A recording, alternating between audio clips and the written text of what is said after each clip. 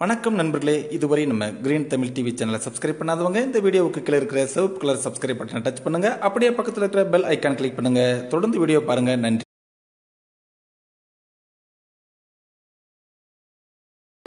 வெள்ளைச்சாமி நாடார் கல்லூரி தமிழ்துறை சுயநிதி பிரிவு பாரதியார் மன்றம் சார்பாக தமிழர் வாழ்வும் இலக்கியமும் என்ற தலைப்பிலான சிறப்பு சொற்பொழிவும் கவியரங்கமும் இனிதே நடைபெறுகின்றன. அனைவருக்கும் வணக்கம். நாடார் மகாஜன சங்கம் வெள்ளைச்சாமி நாடார் கல்லூரி சுயநிதி பிரிவு தமிழ்துறை பாரதியார் மன்றம் சார்பாக தமிழர் வாழ்வும் இலக்கியமும் என்ற தலைப்பிலான சிறப்பு சொற்பொழிவும் கவியரங்கும் நிகழ்விற்கு வருகை தந்திருக்கும் நம் கல்லூரி பொறுப்பு முதல்வர் ஏ ஜகவர் ஐயா அவர்களையும், நமது கல்லூரியில் சுயநிதி பிரிவு இயக்குனர் ஸ்ரீதர் ஐயா அவர்களையும் வருக என வரவேற்கிறேன். மேலும் இந்நிகழ்வினை ஏற்பாடு செய்து கொடுத்த கல்லூரி நிர்வாகத்தினரும் வருக என வரவேற்கிறேன். இந்த நிகழ்வினை நமக்கு வழங்கிய நம் துறை தலைவர் பெரியசாமி ஐயா அவர்களை வருக என வரவேற்கிறேன். மேலும் சிறப்பு விருந்தினர் ஐயா அவர்கள் பற்றிய சிறப்பு தொகுப்பு. ஐயா அவர்கள் 18 வயதில் இந்தியனே எழுந்தினில் என்ற கவிதை நூலை வெளியிட்டு சிறப்பு புரியவர். நெல்லை அகில இந்திய வானொலி ரேடியோ மிர்ச்சி சியாமலவாணி பண்பலைகளில் நேர்காணல்களில் ஒளிபரப்பு வருகிறது. மேலும் பொதிகை, நியூஸ் 7, நியூஸ் 18 தமிழ்நாடு போன்ற நேர்காணல்களில் சிறப்பு செய்தவர். மேலும் லட்சிய ஆசிரியர், நன்னறி ஆசிரியர், அன்பு ஆசிரியர், கனவு ஆசிரியர் போன்ற 10க்கும் மேற்பட்ட விருதுகளுக்கு சொந்தக்காரர். ஐயா அவர்கள் 19 ஆண்டுகள் ஆசிரியர் பணியை சிறப்பு செய்து வருகிறார். இவ்வளவு சிறப்புக்குரிய திரு மு. மகேந்திர பாபு ஐயா அவர்களை வருக என வரவேற்கிறேன். அடுத்தபடியாக வாழ்த்துறை ஆட்சியர் முனைவர் பெரியசாமி ஐயா அவர்களை அன்புடன் வரவேற்கின்றோம்.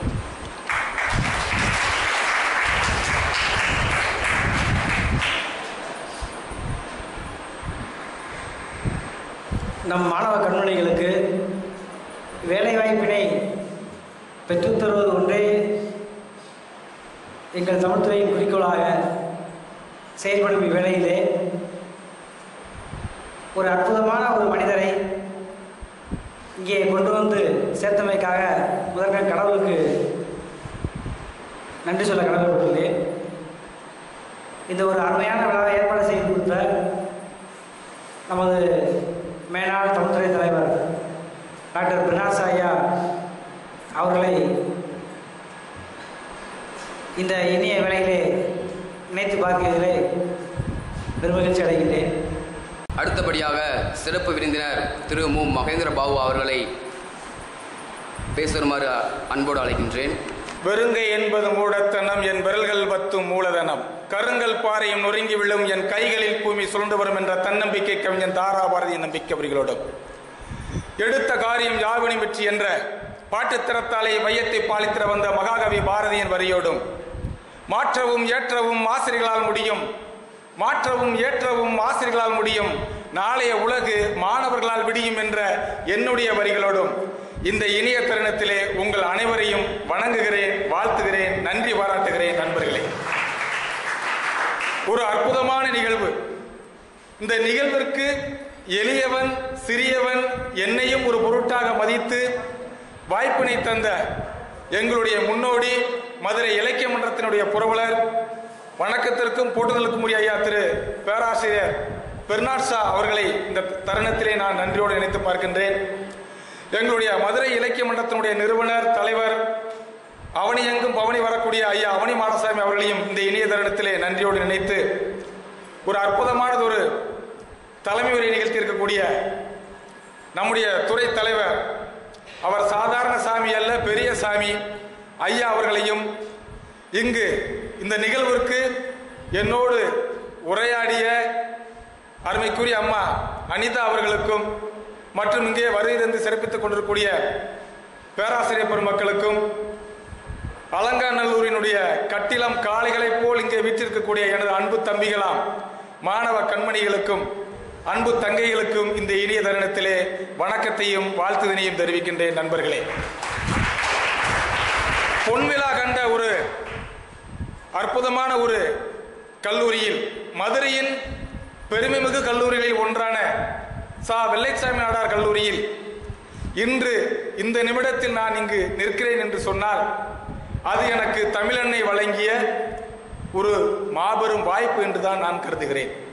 அதுவும் சங்கம் வைத்து தமிழ் வளர்த்த நம்முடைய மதுரை மண்ணில் ஒரு அற்புதமான தொகுப்பினை வழங்கிய அன்பு தம்பி பகவதிராஜன், ஒரு வரவேற்புரையை நல்கிய அன்பு தம்பி விக்னேஸ்வரன், அதோடு மட்டுமல்ல ஒரு அற்புதமான ஒரு அதாவது திடீர் உணவு என்பது சொல்வதை போல ஒரு திடீர் புகைப்பட கலைஞராகவும் ஒரு திடீர் காணொளி பதிவராகவும் மாறி இருக்கக்கூடிய அன்பு தம்பிகளே, உண்மையிலேயே உங்களோடு உரையாடவும் உறவாடவும் கிடைத்த ஒரு வாய்ப்பு இது. ஐயா அவர்கள் சொல்வதை போல ஒரு நல்லதொரு வாய்ப்பு.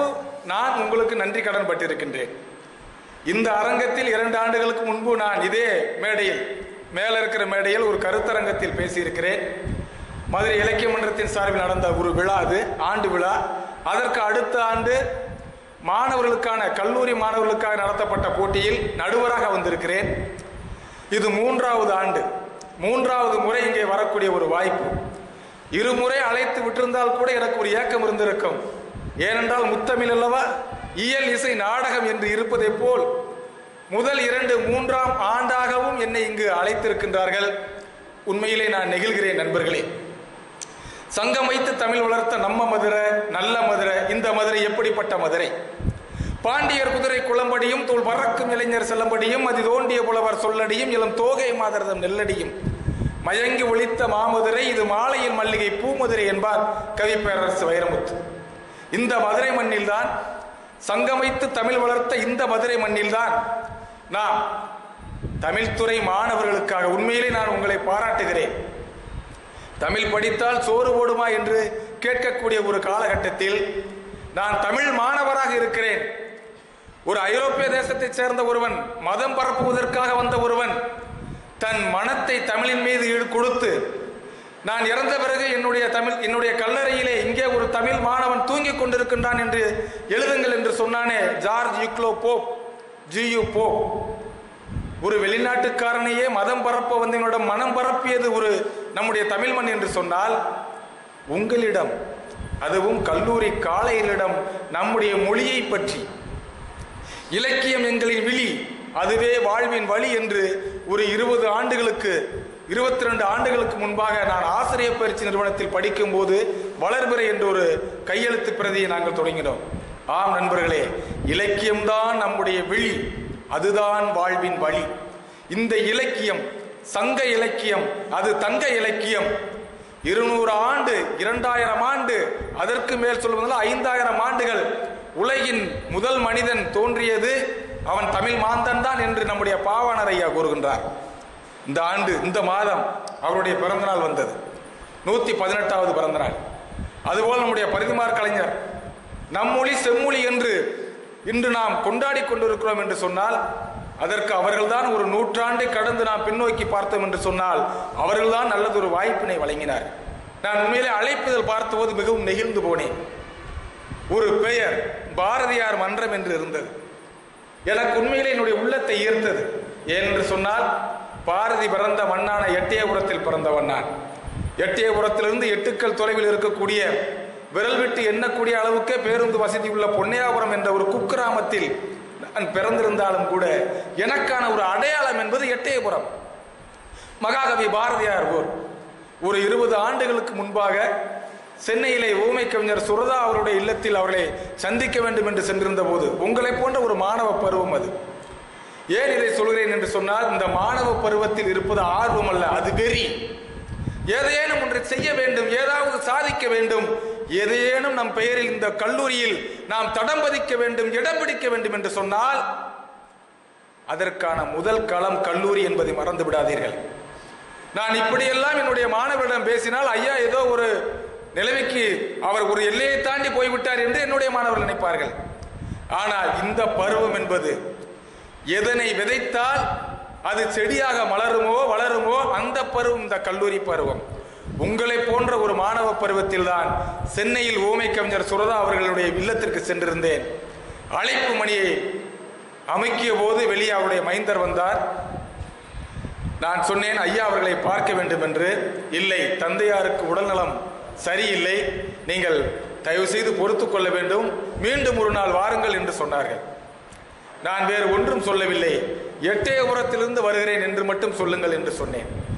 ஒரு 2 நிமிடம் கழித்து ஊமை கவிஞர் சுரதா அவர்கள் தன்னுடைய மகனுடைய தோளிலே கை போட்டுக் கொண்டு அவர் நடக்க முடியாமல் நடந்து அந்த வாயிற்கதவிற்கு வந்து வாருங்கள் தம்பி என்று என்னை அழைத்து சென்றார். அது எட்டயபுரத்திற்கு கிடைத்த மரியாதை.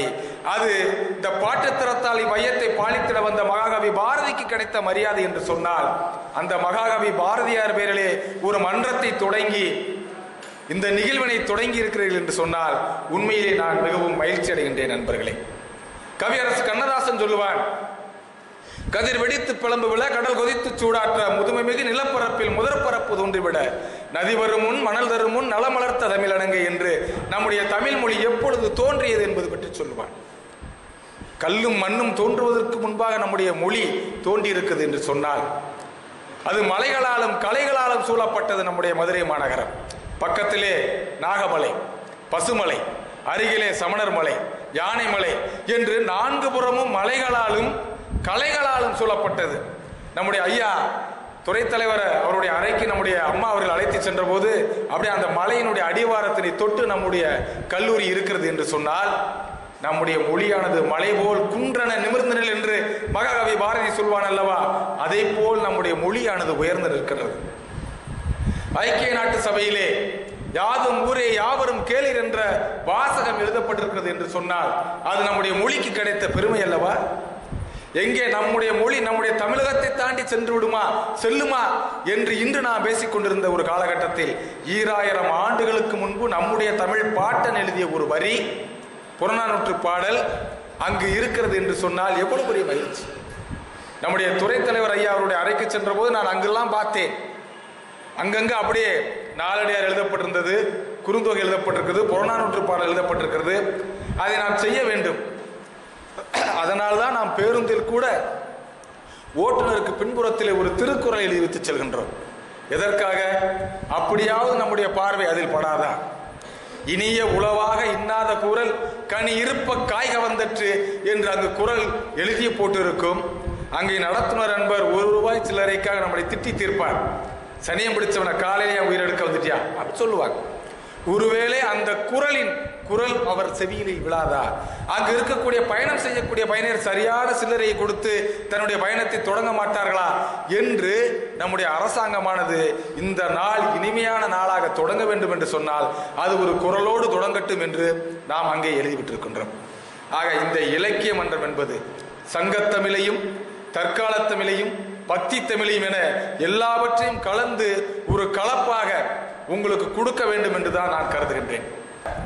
ஆய கலைகள் 64 ஏய உணர்விக்கும் என்னம்மை தூய உருப்பலிங்கு போல்வல் என் உள்ளத்தினுள்ளே இருப்பல் வாராது இங்கு இடர் என்று சரஸ்வதி அந்தாதியிலே கம்பர் வருமான் சொல்வதைப் போல ஆய கலைகள் 64 பேச்சுக்கலை ஒன்று. கேட்டார் பிணிக்கும் தகையவாய் கேளாரும் வேட்ப மொழிவதாம் சொல் என்று வள்ளுவ பேராசான் சொல்வதைப் போல இங்கே உங்களில் பலர் பேச்சில் திறமை மிக்கவர்கள் இருக்கலாம். இந்த அரங்கனுடைய இந்த மன்றத்தினுடைய இன்றைய நோக்கம் என்பது நான் பேசி செல்வது மட்டுமல்ல நண்பர்களே. நீங்கள் ஒரு பேச்சாளர்களாக, ஒரு சிந்தனையாளர்களாக, ஒரு எழுத்தாளராக, ஒரு படைப்பாளியாக வர வேண்டும். ஏன் இதை சொல்கிறேன் என்று சொன்னால், படிக்கும் பருவம் தான் படைப்பிற்கான ஒரு களம். இந்த கல்வி நிறுவனத்தை விட்டு நீங்கள் வெளியில் சென்று விட்டால் உங்கள் திறமைக்கான அங்கீகாரம் என்பது கிடைக்காது. இங்குதான் நம்முடைய தமிழ்துறை தலைவர் இருக்கிறார்கள், பேராசிரியர் பெருமக்கள் இருக்கிறார்கள். உங்கள் திறமைகளை அவரிடம் நீங்கள் கூறுங்கள். ஐயா, நான் ஒரு கவிதை எழுதியிருக்கிறேன், ஒரு கட்டுரை எழுதியிருக்கிறேன், இதை படித்து பாருங்கள் என்று சொல்லுங்கள். எங்க பள்ளியெல்லாம் பையங்க ரொம்ப கெஜகால கில்லாடியா இருப்பாங்க. 9வது ஒரு மாணவன் ஒரு கவிதை எழுதியிருந்தேன். அது எங்கள் பள்ளியுடைய கணித ஆசிரியர் பார்த்துட்டார். அவனை பிடிபட்டான். நேரம் எங்கிட்ட கூப்பிட்டு வந்தார்.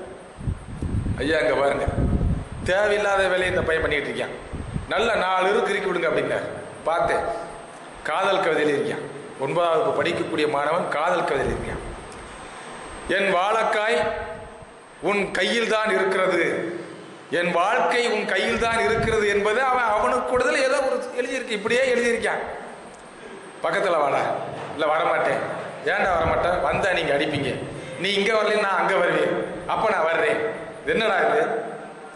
ஐயா இனிமே எழுத மாட்டேன், இனிமே எழுதலைன்னா தான் உனக்கு அடி விடுக்கும், இனிமே தான் நீ எழுதணும். தொடர்ந்து ஒவ்வொரு கவிதை எழுதுற, இதை விட்டு நாளைக்கு நம்ம பள்ளிக்கூடத்தை பத்தி ஒரு கவிதை எழுதிட்டு வா, உன் ஊரை பத்தி ஒரு கவிதை எழுதிட்டு வா, ஒரு கடலை பத்தி ஒன்று எழுது, ஆகாயத்தை பத்தி எழுது, மரத்தை பத்தி எழுது என்று சொன்னவுடன் அந்த மாணவனுடைய முகத்திலே மகிழ்ச்சி பூத்தது.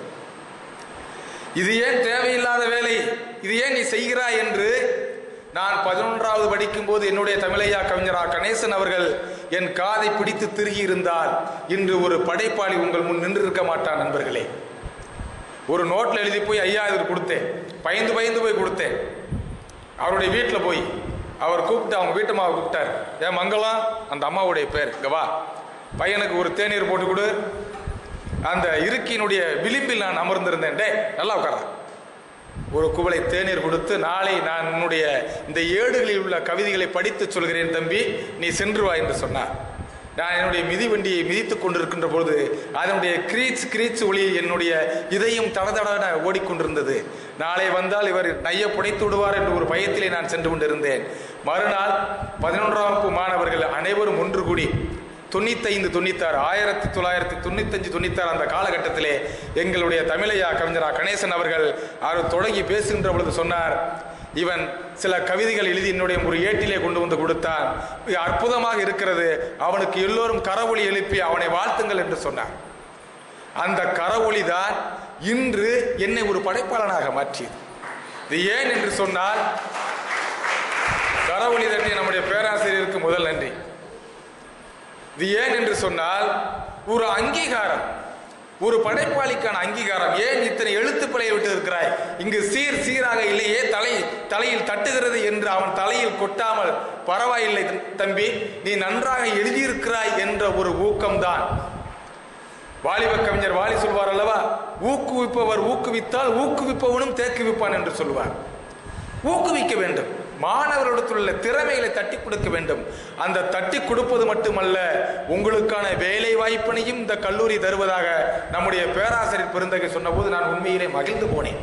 நீங்கள் வேறு துறைகளில் இருந்தீர்கள் என்று சொன்னால், ஒரு விலங்கியல் துறையோ தாவரவியல் துறையோ இயற்பியல் துறையில இருந்தீர்கள் என்று சொன்னால், அவையெல்லாம் உங்களை இயந்திரமாகத்தான் பார்த்து கொண்டிருக்கும். நண்பர்களே, தமிழ் துறை மட்டும்தான் உங்களை மனிதாபிமானத்தோடு நடத்தும், மறந்து விடாதீர்கள். ஏனென்று சொன்னால், நாம் நம்முடைய நாகரிகத்தோடும் பண்பாட்டோடும் இணைந்து பயணப்பட்டுக் கொண்டிருப்போம். அவர்கள் அப்படி அல்ல, பியூரட்டி எடு, பெப்பட்டை எடு, அங்கே மக்னீசியத்தை போடு, அதை போடு, நிறம் மாறிவிட்டதா, சரியான அளவீடு எடு என்று சொல்லிக் கொண்டிருப்பார்கள். நாம் மட்டும்தான் இதயத்தோடு பேசுவோம், மறந்து விடாதீர்கள். தமிழ்துறை மட்டும்தான் இதயத்தோடு பேசும். ஒரு படைப்பாளிக்கான ஒரு அங்கீகாரம் கிடைப்பது என்பது தமிழ் துறை தான். ஏன் நான் இவ்வளவு ஆணித்தரமாக சொல்கிறேன் என்று சொன்னால், உங்களுக்கு கிடைத்த வாய்ப்பு எனக்கு கிடைக்கவில்லை. நான் எந்த கல்லூரியிலும் போய் நான் தமிழ் படிக்கவில்லை. நான் 12ஆம் வகுப்பு படித்தேன், ஆசிரியர் பயிற்சி நிறுவனத்தில் 2 ஆண்டுகள் படித்தேன். நான் இன்று பணிக்கு வந்து 19வது ஆண்டு எனக்கு இப்பொழுது நடந்து கொண்டிருக்கிறது. நான் எந்த கல்லூரிக்கும் செல்லவில்லை. நான் படித்தது எல்லாம் BA, MA, B.Ed, MPhil என அனைத்தும் அஞ்சல் வழி கல்வியில். அஞ்சல் வழி கல்வி என்பது, நாம் ஒரு கார் ஓட்டி பழகுறோம் என்று சொன்னால் உள் அமர்ந்து ஓட்டுவது என்பது எப்படி இருக்கும், புத்தகத்தில் படித்துக் கொண்டு போய் காரை ஓட்டினால் எப்படி இருக்கும், இந்த இரண்டிற்குமான ஒரு வேறுபாடு தான் அஞ்சல் வழி கல்வியிலும் உங்களை போன்று நேரடியாக பேராசிரியர் பெருந்தகையினுடைய பார்வையில் இருந்து படிப்பதும். ஆக எனக்கு கிடைக்காத ஒரு மாபெரும் வாய்ப்பு உங்களுக்கு கிடைத்திருக்கிறது. இது ஏன் பதிவு செய்கிறேன் என்று சொன்னால், ஒரு 5 ஆண்டுகள் 10 ஆண்டுகள் கழித்து உங்களை எங்கேனும் பார்க்கக்கூடிய ஒரு வாய்ப்பு எனக்கு கிட்டுமானால், நீங்கள் நிச்சயம் நினைவில் கொண்டு, ஐயா அண்ணா நீங்கள் எங்கள் கல்லூரியில் வந்து பேச வந்தீர்கள், இன்று நான் ஒரு அரசு பணியில் இருக்கிறேன் அல்லது ஒரு தனியார் நிறுவனத்தில் மிக பெரும் பதவியில் இருக்கின்றேன், மாதம் இத்தனை நகரங்களில் நான் ஊதியம் பெறுகிறேன் என்று நீங்கள் சொன்னீர்கள் என்று சொன்னால், அதுதான் எங்களை போன்ற ஆசிரியர்கள் கிடைத்த மிக பெரும் பேர், மிகப்பெரிய அங்கீகாரம். அந்த வகையில் இந்த பாரதியார் இலக்கிய மன்றம், ஏன் நான் பாரதியை சொல்கிறேன் என்று சொன்னால், பாரதி தான் 20ஆம் நூற்றாண்டினுடைய இலக்கியத்தினுடைய ஒரு மறுமலர்ச்சிக்கான பிதாமகன் என்று சொல்லலாம். அவன்தான் பெண்களுக்கான ஒரு புதிய பாதையை வகுத்தவன். பெண்ணுக்கு ஞானத்தை வைத்தான் புவி பேணி வளர்த்திடும் ஈசன், மண்ணுக்குள்ளே சில மூடர் நல் மாதரறிவை கெடுத்தார் என்று சொன்னான். பெண்ணுக்கு இறைவன் கொடுத்தது அறிவு அல்ல, பெண்ணுக்கு இறைவன் கொடுத்தது ஞானம். ஞானம் என்பது அறிவின் நிறைவு. இப்போ நம்ம யாருக்கு கேட்டாலும் அறிவு இருக்கான்னு டக்குன்னு கேட்டுரும். ஓ உங்ககிட்ட இல்லை அப்படிங்கிறதால என்கிட்ட கேட்குறீங்களா, டக்குன்னு நம்மளால் உடனே பதில் சொல்லுவாங்க. ஆக பெண்ணுக்கு ஞானத்தை வைத்தான் என்று முதலில் பெண்களின் பெருமை பேசியவன் நம்முடைய மகாகவி பாரதி. ஞானம் பெண்களுக்கு இருக்கிறது. 20ஆம் நூற்றாண்டிலே அவனுடைய பாடல்கள் தான் இந்த தேசத்திற்கு விடுதலை உணர்வை தந்தது. ஒரு படைப்பாளி கூனி குறுகி இருக்கக்கூடாது என்பதற்கு பாரதி ஒரு அடையாளம். சென்னையில் ராஜாஜி இல்லத்திலே மகாகவி பாரதி மகாத்மா காந்தியடிகளை பார்க்கிறார். மிஸ்டர் காந்தி, நாளை நான் ஒரு கூட்டத்திற்கு ஏற்பாடு செய்திருக்கிறேன், நீங்கள் அதில் கலந்து கொண்டு பேச முடியுமா என கேட்கிறார். காந்தியடிகள் சொல்கிறார், இல்லை, நான் ஏற்கனவே வேறு ஒரு நிகழ்விற்கு ஒப்புக்கொண்டு விட்டேன், நீங்கள் உங்கள் நிகழ்வினை மாற்றி அமைக்க முடியுமா என்று கேட்கிறார். அவர் சொல்லிவிட்டார், இல்லை இல்லை முடியாது, நான் வருகிறேன், நீங்கள் உங்கள் வேலையை பாருங்கள், நான் என் வேலையை பார்க்கிறேன் என்று சொல்லி அவர் போய்விட்டார். பாருங்கள், அப்பொழுதுதான் மூதறிஞர் ராஜாஜிடம் அண்ணல் காந்தியடிகள் கேட்கிறார், யார் இவர்? இவர்தான் எங்களுடைய தமிழகத்தினுடைய மாபெரும் ஒப்பற்ற கவிஞர் மகாகவி பாரதி. இவர் உங்கள் தமிழகத்திற்கான சொத்து அல்ல, இவர் நம்முடைய தேசத்திற்கான சொத்து, இவரை நீங்கள் பாதுகாத்துக் கொள்ளுங்கள் என்று சொல்கின்றார். ஆக இந்த 20ஆம் நூற்றாண்டில் ஒரு மாபெரும் மறுமலர்ச்சி வித்திட்டவன் மகாகவி பாரதி. பாரதி பரம்பரைன்னு சொல்றான். அவன் தான் நம்முடைய மொழியினை எடுத்து சென்றவன். கிட்டத்தட்ட 8 மொழிகளுக்கு மேல் தெரிந்தவன். யாம் அறிந்த மொழிகளிலே தமிழ் மொழி போல் இனிதாவது எங்கும் காணோம் என்று சொன்னான். இப்ப நம்ம சொல்ல முடியுமா? தமிழ் தவிர வேற எதுவுமே தெரியாது நாம் யாம் அறிந்த மொழியில் சொல்ல முடியாது. ஆனால் அவன் அனைத்து மொழியிலும் கற்றிருந்தான். தமிழ் தெரியும், தெலுங்கு தெரியும், துளு தெரியும், கன்னடம் தெரியும், பிரெஞ்சு தெரியும், இந்தி தெரியும், மலையாளம் தெரியும் என அனைத்தையும் அவன் கற்றிருந்ததன் காரணத்தினாலே மற்ற மொழிகளில் இல்லாத சிறப்பு நம்முடைய மொழியில் இருக்கு என்று பாடினான். சுதந்திர போராட்ட காலத்தில் அவனுடைய அச்சமில்லை அச்சமில்லை என்ற ஒரு பாடல் தான் ஒரு மாபெரும் வெற்றி வேட்கையை தந்தது. அச்சமில்லை அச்சமில்லை அச்சம் என்பதில்லையே, இச்சகத்தில் உள்ளோரெல்லாம் எதிர்த்து நின்ற போதிலும் அச்சமில்லை அச்சமில்லை அச்சம் என்பதில்லையே, துச்சமாக என் இனம்மை தூறு செய்த போதிலும் அச்சமில்லை அச்சமில்லை அச்சம் என்பதில்லையே, பிச்சை வாங்கி உண்ணும் வாழ்க்கை வெற்றுவிட்ட போதிலும் அச்சமில்லை அச்சமில்லை அச்சம் என்பதில்லையே, இச்சை கொண்ட பொருளெல்லாம் இழந்து விட்ட போதிலும் அச்சமில்லை அச்சமில்லை அச்சம் என்பதில்லையே, கச்சணிந்த கொங்கை மாதர் கண்கள் வீசு போதினும் அச்சமில்லை அச்சமில்லை அச்சம் என்பதில்லையே, நச்சை வாயிலே கொணர்ந்து நண்பர் ஊட்டுகின்ற போதிலும் அச்சமில்லை அச்சமில்லை அச்சம் என்பதில்லையே, பச்சை யூனியை அணிந்த வேற்படைகள் வந்து நின்ற போதிலும் அச்சமில்லை அச்சமில்லை அச்சம் என்பதில்லையே, உச்சி மீது வான் இடிந்து வீழுகின்ற போதிலும் அச்சமில்லை அச்சமில்லை அச்சமில்லையே என்று அந்த ஒரு பாடல்தான் நம்முடைய இந்திய தேசத்தினுடைய சுதந்திர வேட்கையை பீரிட்டி எழச் செய்கிறது என்று சொன்னார். மகாகவி பாரதியின் பேரில் இந்த மன்றம் அமைந்திருப்பதை நான் வரவேற்கிறேன். அவன்தான் சொன்னான், செந்தமிழ் நாடனும் போதினிலே இன்ப தேன் வந்து பாயுது காதினிலே, எங்கள் தந்தையர் நாடென்ற பேச்சினிலே ஒரு சக்தி பிறக்குது மூச்சினிலே என்று சொன்னார். எந்தையும் தாயும் மகிழ்ந்து குழாவி இருந்தது மின்னாடே, அவர் சிந்தையில் 1000 ஆண்டுகள் வாழ்ந்து சிறந்தது மின்னாடே, இதை வந்தனை கூறி மனத்தில் இருத்தி என் வாயுர வாழ்த்தேனோ, இதை வந்தே மாதரம் என்று வணங்கின என்று சொன்னால் அந்த பாடல் வரியில் உள்ள ஒரு எழுச்சி, ஒரு கிளர்ச்சி, ஒரு நெகிழ்ச்சி, ஒரு மகிழ்ச்சி நினைத்து பாருங்கள். 39 ஆண்டுகளை இந்த பூமி பந்தில் வாழ்ந்திருந்தாலும் கூட அவன் மடிந்து 100 ஆண்டுகளை நெருங்கக்கூடிய இந்த சூழலில் நாம் பாரதியை போற்றுகிறோம் என்று சொன்னார். அது அவன் இந்த தமிழ் உலகத்துக்கு கிடைத்த ஒரு மிகப்பெரிய சொத்து.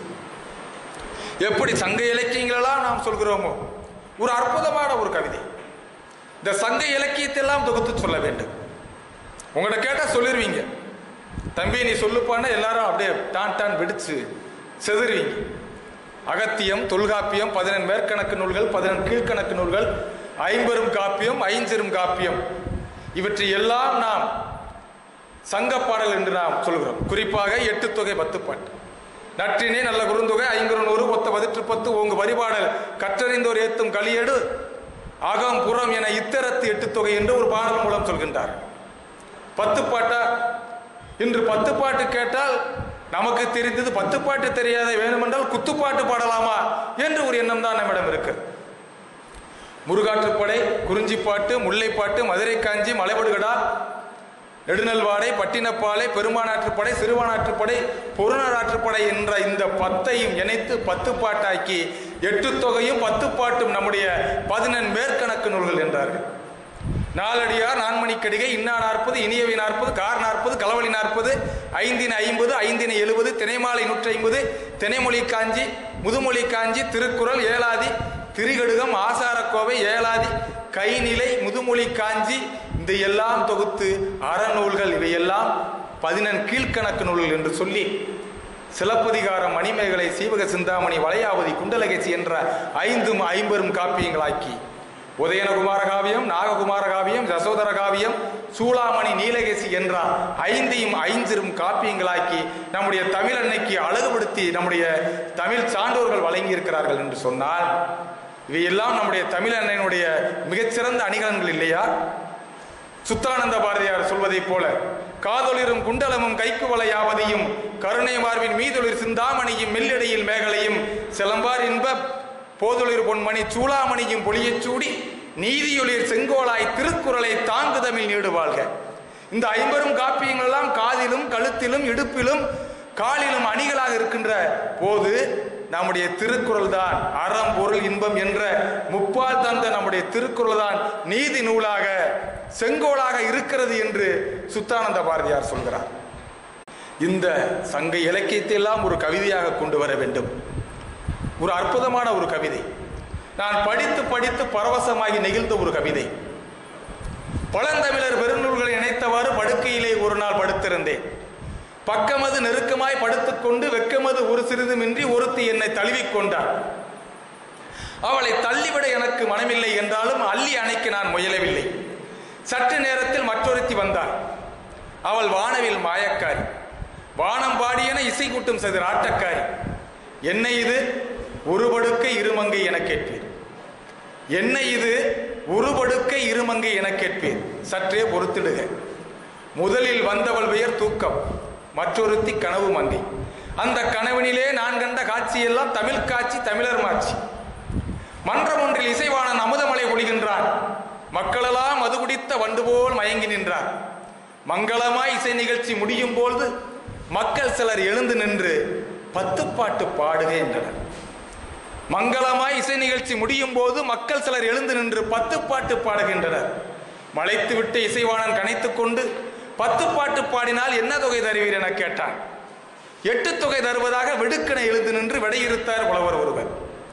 8 தொகை தருவதாக வெடுக்கென எழுந்து நின்று விடையிறுத்தார் ஒரு புலவர். என்ன இது? எந்தன் 10 பாட்டுக்கு 8 தொகையா? அத்தனுக்கு குறுந்தொகை என்றான். ஓஹோ, 100 வேண்டிகிற புலவரேரே, 100 வேண்டேன், அதனை தீண்டேன் தீண்டேன். 400 தருவீரா? அதுவும் அகத்தில் 400, புறத்தில் 400. புறத்தில் 400, கையில் 400, அகத்தில் 400, கருப்பில் 400. பொல்லா செயலது, பொல்லார் செயலது. வருமான வரி இதனை ஏய்ப்போர் செயலது. காய்த்திருக்கும் கனிமரத்தை கோடாரி காமிலால் வெட்டும் செயலது. எனவே பேச்சுக்கு பணம் கேட்கும் பழக்கத்தை விட்டொழிப்பு. எனவே பேச்சுக்கு பணம் கேட்கும் பழக்கத்தை விட்டொழிப்பு. உமது தொண்டைக்கு பசுப்பால் தருவோம், தேவையில் முப்பாலும் தருவோம். முப்பால் தருவதாக ஒளிந்திட்ட புலவரையா, இனி பொருட்பால் ஒன்றிற்கு என் தொண்டை. முப்பால் தருவதாக ஒளிந்திட்ட புலவரையா, இனி பொருட்பால் ஒன்றிற்கு என் தொண்டை பேசுகிற எழுந்து விட்டாய் செய்வான. நீடுதுயில் நீங்கி எழுந்தேன், நீடுதுயில் நீங்கி எழுந்தேன், நெடுநல்வாரை வந்ததாலே அந்த கனவினிலே நான் கண்ட காட்சியெல்லாம் கரும்பாய் இனித்ததம்மா. அந்த கனவினிலே நான் கண்ட காட்சியெல்லாம் கரும்பாய் இனித்ததம்மா என்று அந்த சங்க தமிழ் கவிதையை முத்தமிழறிஞர் டாக்டர் கலைஞர் அவர்கள்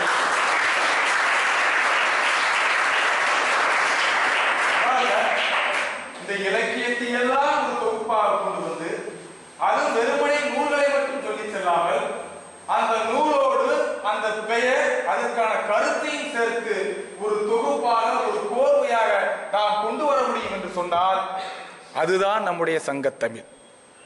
அதுதான் நம்முடைய இந்த மக்களுடைய வாழ்க்கை நெறி, வாழ்க்கை நிலையை சொல்ல வேண்டும். நம்முடைய இலக்கியத்தில் எது இல்லை, எது இருக்கிறது என்று கேட்டால் எது இல்லை? இல்லை என்று நாம் சொன்னோம் என்று சொன்னால் அதை நாம் படிக்கவில்லை என்றுதான் அர்த்தம். நம்முடைய இலக்கியம் தான் இந்த உலகத்திற்கே ஒரு முன்னோடியாக இருக்கிறது, மறந்து விடாதீர்கள். புறப்பாட்டாக இருந்தாலும் சரி, அகமாக இருந்தாலும் சரி, காதலையும் வீரத்தையும் இரண்டு கண்களாக நினைத்தவர்கள் நம்முடைய தமிழர்கள். ஆனால் இன்று காதல் என்றால் அதை நாம் வேறு விதமாக, ஒரு அசிங்கமாக, ஒரு அவச்சொல்லாக கருதக்கூடிய ஒரு சூழல். ஆனால் அன்றைய காதல் எப்படி இருந்தது? வெள்ளி வீதியார் ஒரு அற்புதமான ஒரு பாடல் சொல்வான். ஞாயிறு காயும் வெவ்வரை மரங்கில் கையில் ஊமன் கண்ணின் காக்கும் வெண்ணெய் உணங்கள் போல பரந்தன்று இந்நோய் நோன்று குளர்க்கு அரிதே. தலைவன்ட்ட தோழன் சொல்றான், ஏப்பா அந்த பொண்ணு இல்லாம உன்னால வாழவே முடியாதா? நீங்க பார்த்தீங்கன்னா தெரியும். இன்னைக்கு நம்மளுடைய காதல் என்பது வேறு. ஒரு பையன் சொன்னான், காதலிக்கக்கூடிய பொண்ணுகிட்ட சொன்னான், பெண்ணே உன் பாதம் பட்ட இடத்தில் நான் சாதம் விட்டு சாப்பிடுவேன். போடா லூசு, உனக்கு ஒரு தட்டுவாங்க கூட வக்கில்லையா, உன்னை நான் காதலிக்க மாட்டேன் அந்த பொண்ணு. அன்றைய காதல் சொல்றியா, ஒரு தலைவன் தலைவி நினைத்துக் கொண்டு இருக்கின்றான், நண்பன் சொல்கின்றான், அவள் இல்லாமல் உன்னால் வாழ முடியாதா? முடியாது. என்னுடைய நிலைமையை நான் வெளியில் சொல்ல இயலாமல் நான் தவித்துக் கொண்டிருக்கின்றேன். எப்படி தெரியுமா? ஒரு மத்தியான உச்சி வெயில், ஒரு மலை, ஒரு பாறை, அந்த பாறையிலே வாழை இலையிலே அங்கு வெண்ணெய் வைக்கப்பட்டிருக்கிறது. அதை பார்க்கக்கூடியவனுக்கு, அதை பாதுகாத்துக் கொண்டிருப்பவனுக்கு கை இல்லை, அவனால் வாய் பேச முடியாது. கை இல் ஊமன் கண்ணின் காக்கும், அவன் தன்னுடைய கண்ணால் மட்டுமே பார்த்து கொண்டிருக்கின்றான். அந்த வெண்ணெய் உருகி ஓடிக்கொண்டிருக்கிறது, அதை எடுத்து வையுங்கள் என்று சொல்வதற்கு அவனால் வாய் பேச இயலாது. இந்த நிலையில் தான் நான் இருக்கிறேன் என்று அந்த தலைவன் தன்னுடைய தோழனிடம் சொல்வதாக அந்த பாடலை வெள்ளி வீதியார் சொல்லியிருக்கு. பாருங்க, ஒரு பெண்பார் புலவர் மிக அற்புதமாக. ஏன்னா நம்முடைய சங்க இலக்கியத்தில் இன்னைக்கு மாதிரி பேனா பென்சில் வச்சு அல்லது கம்ப்யூட்டர்ல பதிவு பண்ணிட்டு நம்ம போகல. எழுதுனவங்க பல பேருக்கு பேரே கிடையாது. ஞாயும் யாயும் யாராகியரோ எந்தையும் நுந்தையும் எம்முறை கேளீர், நீயும் நானும் எவ்வளி அரிதும் செம்புளப்பயல் நீர் போல் அன்புடை நெஞ்சம் தாம் கலந்தனவே என்ற ஒரு மாபெரும் பாடலை படைத்த அந்த படைப்பாளியின் பெயர் நமக்கு தெரியாது. அந்த படைப்பாளியின் பெயர் அங்கு பதிவு செய்யப்படவில்லை. உடனே நம்மால் நினைச்சோம், செம்புளப்பயல் நீரார் ஒரு பேருக்கு ஒரு அற்புதமான பாடல் வரி பாருங்க. ஞாயும், இதெல்லாம் உங்களுக்கு பாடமா இருந்திருக்குன்னு நினைக்கிறேன். அப்ப நான் திரும்ப நடத்தின திரும்பவும் இங்கேயும் ஒரு வகுப்பறையா போயும் ஒரு பள்ளிக்கூடத்தை வாத்தியாரை கொண்டு ஆத்தாடி ரத்தமா வலியுதுங்கிற மாதிரி உங்களுக்கு ஆயிப்பு. அந்த பாடல் தெரியும். நம்முடைய இலக்கியத்தினுடைய சுவை என்பது எப்படிப்பட்டது தெரியுமா? 3 விதமா பிரிக்கிறாங்க. திராட்சா பாகம், கதலி பாகம், நாளிகேர பாகம். இது என்ன இங்க திராட்சா பாகம், கதலி பாகம், நாளிகேர பாகம்? ஒரு கேள்வி வருது. திராட்சை பழத்தை நம்ம சாப்பிடணும், அப்படியே எடுத்து வாய்க்குள்ள போடலாம். அது நம்ம தோல் எதுவும் பிக்க தேவை இருக்கா? இல்லை. சில படைப்புகளை, சில பாடல்களை நாம் படித்த பொழுது நாம் உள்வாங்கிக் கொள்ளலாம். குறிப்பாக பாரதியாருடைய சில பாடல்கள், செந்தமிழ்நாடு போதினிலே, நாமக்கல் கவிஞருடைய சில பாடல்கள், கவிமனுடைய சில பாடல்கள் திராட்சா பாகத்தை போன்றது. கதலி பாகம் என்று சொன்னால் நாம் வாழைப்பழத்தை, கதலி பழம், வாழைப்பழத்தை நாம் உண்ண வேண்டும் என்று சொன்னால் தோலை மட்டும் உரிச்சா போதும், உடனே நம்ம சாப்பிடலாம். அப்படி சில பாடல்களை நாம் சற்று கொஞ்சம் கூர்ந்து நோக்கினால் சொல்லும் பொருளும் நமக்கு புரிந்துவிடும். அதற்கு அடுத்ததாக நாளிகேரம். நாளிகேரம் என்றால் தென்னை. தென்னை மரத்திலிருந்து வரக்கூடிய அந்த தேங்காயை நாம் உடனடியாக உண்ண முடியாது. அதன் மேல உள்ள ஓட்டெல்லாம் எடுக்கணும், திரும்ப உடைக்கணும், உடைச்சிட்டு அதுக்கப்புறம் நம்ம கடிச்சு திங்க முடியாத ஒரு கத்தி கொண்டு எடுப்போம் செய்வோம். அப்ப சில பாடல்கள், குறிப்பாக சங்க பாடல்கள் எல்லாம் நாளிகேர பாடல்கள். இப்படி சொல்லுவோமே. நம்முடைய இலக்கியத்தினுடைய சுவையை எப்படி தெரிந்து கொள்ளணும் அப்படின்னா, இன்பமும் இருக்கு, துன்பமும் இருக்கு. இந்த இரண்டையும் நாம் சமமாக ஏற்றுக்கொள்ள வேண்டும். அதைத்தான் நம்முடைய இலக்கியங்கள் சொல்கின்றன. ஓரில் நெய்தல் கரங்க, ஓரில் முளவின் பாணி ததும்ப, புணர்ந்தோர் பூபணி அணிய, பிரிந்தோர் பைதல் உண்கண் பணிபார்பு உரைப்ப, படைத்தோர் மன்ற அப்பண்பிலாளன், இன்னாதம்ம இவ்வுலகம் இனியன காண்க இதன் இயல்புணர்ந்தோரே. இதாவது புரிஞ்சாப்பா? சும்மா வாயத்தரம் சொல்லலாம், இன்னும் பெவிக்கல் வச்சிருக்கீங்களா வாய்க்குல? புரிஞ்சா? புரியல. இதைதான் நாளிகேரம் சொல்றோம். அதாவது இந்த பாடலை நாம் மேம்போக்காக வாசித்து மட்டும் சென்றால் நமக்கு பொருள் புரியாது. அப்ப நாம என்ன செய்யணும்? கொஞ்சம் உள்வாங்கணும். ஓர் இல் நெய்தல் கரங்க, ஓர் இல் முளவின் பாணி ததும்ப, ஓர் வீட்டில் ஓர் இறப்பு, இன்னொரு வீட்டில் திருமணம். ஓர் இல் நெய்தல் கரங்க, ஒரு முழவு இசைக்கருவிகளோடு ஒரு வீடு மகிழ்ச்சியாக இருக்கிறது, இன்னொரு வீட்டிலே இறப்பு நிமித்தமாக அங்கு துக்கமாக இருக்கிறது. இந்த இரண்டையும் நாம் ஒப்பிட்டு பார்க்கின்ற பொழுது படைத்தோன் மன்ற அப்பண்பு இலாளன். இறைவன் நல்லதையும் தருகிறான், கெட்டதையும் தருகிறான். இதனுடைய இயல்பினை உணர்ந்து நாம் பயணப்பட வேண்டும் என்று அந்த பாடல் சொல்கிறது. அப்ப பாருங்க, இந்த திராட்சா பாகம், கதலி பாகம், நாளிகேர பாகம், இந்த மூன்றையும் நாம் புரிந்து கொண்டு நாம் வாசித்தோம் என்று சொன்னால், ஏன்னா நம்முடைய மொழியில ஒரு எழுத்து மாறினாலும் மாறிப்போம், பொருள் மாறிப்போம். கல்லூரியில் ஒரு வகுப்பறை பேராசிரியர் வகுப்பு நடத்தி கொண்டிருக்கின்றார். அறத்தான் வருவதே இன்பம், மற்றெல்லாம் புறத்த புகழும் இல என்ற ஒரு திருக்குறளை நடத்தி அதற்கான பொருளை அவர் சொல்லிக் கொண்டிருக்கின்றார். அப்பொழுது ஒரு மாணவி, அந்த மாணவிக்கு திருமணம் நிச்சயிக்கப்பட்டிருக்கிறது. அந்த மாணவி தன்னுடைய எதிர்கால கணவரை நினைத்துக் கொண்டிருக்கின்றாள். அன்று மாலை அவர் வருவதாக சொல்லி இருக்கின்றார். அவள் எண்ணம் முழுவதும் அதிலே இருக்கிறது.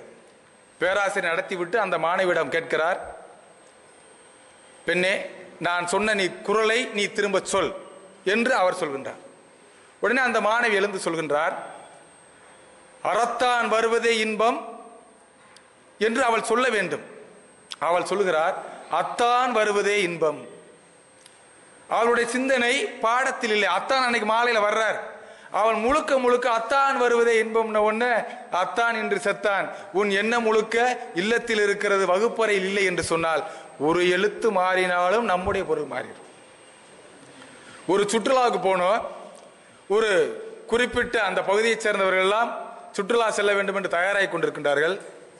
பக்கத்து வீட்டு பெண்மணி பக்கத்து வீட்டுக்காரர் போய் கேட்கிறாங்க, அண்ணே, இந்த சுற்றுலாவிற்கு யார் யாரெல்லாம் போறோம், நம்ம குடியிருப்பு பகுதியில் யார் யாரெல்லாம் போறோம்னு உடனே அவர் சொன்னார், நீ என் பொண்டாட்டி, நான் உன் புருஷன் அப்படின்ட்டார்.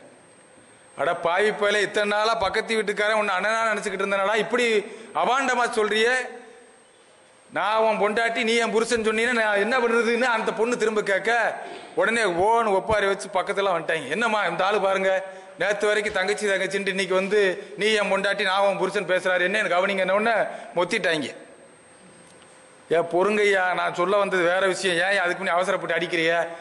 சொன்னது உண்மையா இல்லையா? சொன்னது உண்மைதாங்க. அப்புறம் சொன்னது உண்மைன்னா அப்புறம் என்ன பொறுங்க பொறுங்க என்ன பொறுக்கிறது? யார் யார் சுற்றுலா போகணும்னு அந்த அம்மா கேட்டுச்சு. அதாவது நான் போறேன், உன் வீட்டுக்காரர் வராருமா, நீ வார, என் மனைவி வர்றாங்க. இதைத்தான் அங்க நாங்க சொல்லணும்னு நினைச்சேன். நீ என் பொண்டாட்டி, நான் உன் புருஷன், நீ வார, என் பொண்டாட்டி வாரா, உன் புருஷன் வராரு, நானும் வரேன், இதைத்தாங்க வேகத்துல சொல்லிவிட்டேன் அப்படின்னு சொன்ன. ஓ, இதைத்தான் நீ சொல்ல வந்தியா என்று சொன்னால், அந்த பொருள் மாறுகின்ற பொழுது, வார்த்தையினுடைய மாறுகின்ற பொழுது எல்லாமே மாறி. வகுப்பறை எழுதி போட்டு ஆசிரியர் நடத்துறார். வாச ரோசா வாடி போகலாமா என்று எழுதிவிட்டு, தம்பி நீ எழுந்தது சொல்லப்பா அப்படின்னு சொன்ன. அவன் சொன்னான், அந்த ஒரு வரியவே பிரிச்சு மேஞ்சிட்டான். வா சரோசா வாடி போகலாமா அப்படின்னா. எழுத போடப்பட்டிருந்தது வாச ரோசா வாடி போகலாமா என்று இருந்த அந்த ஒற்றை வரியினை வா சரோசா வாடி போகலாமா என்று சொன்னால் நாம் பிரித்து பார்த்தால் பொருள் மாறிவிடும். அதுதான் இலக்கியத்தினுடைய ஒரு சிறப்பு.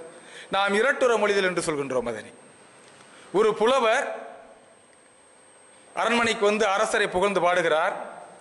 பாடியவுடன் அந்த அரசர் தங்க ஜரிகினாலான ஒரு பொன்னாடையை போர்த்துகின்றார். அதை பார்த்தவுடன் அந்த ஆடையிலே ஒரு இடத்தில் ஓட்டை இருக்கிறது. அரசரே, நீங்கள் கொடுத்த ஆடையில் ஓட்டை இருக்கிறது என்று சொன்னால் அது அரசரை அவமானப்படுத்தியதற்கு சமமாகும். எனவே இதை சொல்லவும் வேண்டும், வேறு பொருள் வாங்கவும் வேண்டும் என்று அந்த நினைத்த அந்த புலவர் சொல்கின்றார். அந்த பொன்னாடையிலே பூ இருக்கிறது, காய் இருக்கிறது, கனி இருக்கிறது. இதை வைத்து அந்த புலவர் சொல்கிறார், அரசே, தாங்கள் தந்த இந்த பொன்னாடையில் பூ இருக்கிறது, காய் இருக்கிறது, கனி இருக்கிறது, கூடவே பிஞ்சும் இருக்கிறது என்று சொன்னார். பிஞ்சு என்றால் கனியினுடைய அந்த இளம் பருவம், இன்னொன்று பிஞ்சு இருக்குது என்றால் பிஞ்சு போச்சு, ஓட்டையா இருக்குது என்று சொல்லி இந்த ஆடை பிஞ்சும் இருக்கிறது என்று சொன்னவுடன், ஓ அப்படியா, உடனே வேறு ஒரு ஆடையை அவருக்கு கொடுங்கள் என்று சொன்னால் அது நம்முடைய மொழி. நம்முடைய வாழ்வியல் கூறுகள் அனைத்தையும் நாம் அதில் சொல்லிக்கிட்டு இருக்கோம். சோழ மண்டலத்தில் அடுக்குமொழி ஆனந்த கூத்தன் என்று ஒரு புலவர். கம்பர் அரசவை, கம்பர் வீட்டில் இருக்கிறார், அரசன் சோழன் இருக்கிறான். அவர் வேகமா உள்ள வாராரு. வந்த உடனே மன்னரை புகழ்ந்து நான் ஒரு பாட்டு பாட போறேன். அப்படியா, பாடுங்க அப்படின்ட்டார். உடனே அவர் பாடுறார், மண்ணுண்ணி மாப்பிள்ளையே காவிரையே கூவலையே உங்கப்பன் கோவில் பெருச்சாலி, உங்கப்பன் கோவில் பெருச்சாலி, கண்ணா பின்னா மன்னாதென்னா சோழரங்க பெருமானே சொல்லிட்டு உட்காந்துட்டார். உடனே அரசனுக்கு கடுமையான கோபம் வந்துருச்சு. என்னடா மண்ணுண்ணி மாப்பிள்ளை என்றியா, உங்க அப்பன் கோயில் பெருச்சாலி என்றியா, கண்ணா பின்னான்னு ஏதோ ஒரு கதை விடுறானே. உடனே கூப்பிட்டார், யாருங்க தூக்கி அவனை போய் அவன் கதையை முடிச்சிருங்க அப்படின்ட்டார். உடனே கம்பர் தான், அரசே சற்று பொறுங்கள், அடுக்குமொழி ஆனந்த கூத்தன் உங்களை இகழ்ச்சியாக பாடவில்லை, உங்களை புகழ்ந்தே பாடியிருக்கிறார். அவர் எந்த பொருளில் பாடினார் என்பதை அவர் வாயால் கேட்போம் என்று சொன்னவுடன், அப்படியா, சரி சரி சொல்ல சொல்லுங்க அப்படின்னு அவர் விளக்கம் சொல்றார். மண்ணுண்ணி மாப்பிள்ளையே, மண்ணை உண்டவன் யார்? கிருஷ்ணன். கிருஷ்ணனுடைய மா பிள்ளையே, பெரிய மகனே, கிருஷ்ணனுடைய பெரிய மகனே. காவிரையே கூவிலையே, கா இறை என்றால் அரசன். அரசனே, இந்த தேசத்தில் உன்னுடைய சோழ மண்டலத்தில் உள்ள மக்கள் யாரும் அரசனே என்னை காப்பாற்று என்று உன்னை யாரும் கூப்பிடவில்லை.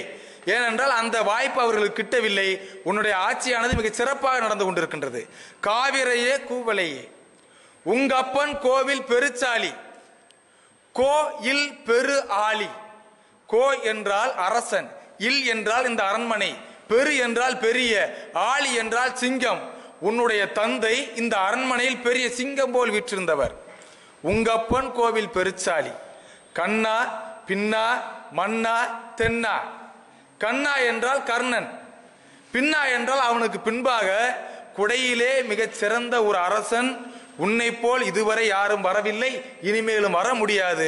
கண்ணா பின்னா மன்னா தென்னா, சோழரங்க பெருமானே, இந்த சோழ மண்டலத்தை ஆட்சி செய்யக்கூடிய அரசனே என்று நான் உன்னை சொன்னேன் என்று அந்த புலவர் அதற்கான விளக்கம் கொடுத்த பின்புதான், ஓஹோ நீங்கள் அப்படியா பாடினீர்கள் என்று அரசன் கேட்கிறான். ஆக ஒரு செய்தியை புகழ்வது போல புகழ்ந்தும், இகழ்வது போல, அதாவது பழிப்பது போல் புகழ்ந்தும் புகழ்வது போல் பழிப்பதும் நம்முடைய மொழியில் தான் இருக்கிறது. நீங்க 23ஆம் புலிகேசி பார்த்திருந்தீங்கன்னா தெரியும். அரசரை புகழ்ந்து பாடுறதுக்கு வரும்போது இந்த பாட்டெல்லாம் கேட்க மாட்டேன்னு தலையில கட்டி மூக்குப்படி அள்ளி போட்டுருவாங்க. அந்த மாதிரி நம்முடைய மொழியினுடைய ஒவ்வொரு வார்த்தைகளும் ஒவ்வொரு பண்பாட்டு கூறுகள் என்று நாம் அதனை சொல்கின்றோம்.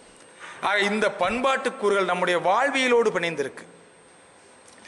எங்க வாழலாம் அப்படி சொல்றார், காடா கொன்றோ நாடா கொன்றோ அவளா கொன்றோ மிசையா கொன்றோ எவ்வளி நல்லவர் ஆடவர் அவ்வளி வல்லை வாழிய நிலனே.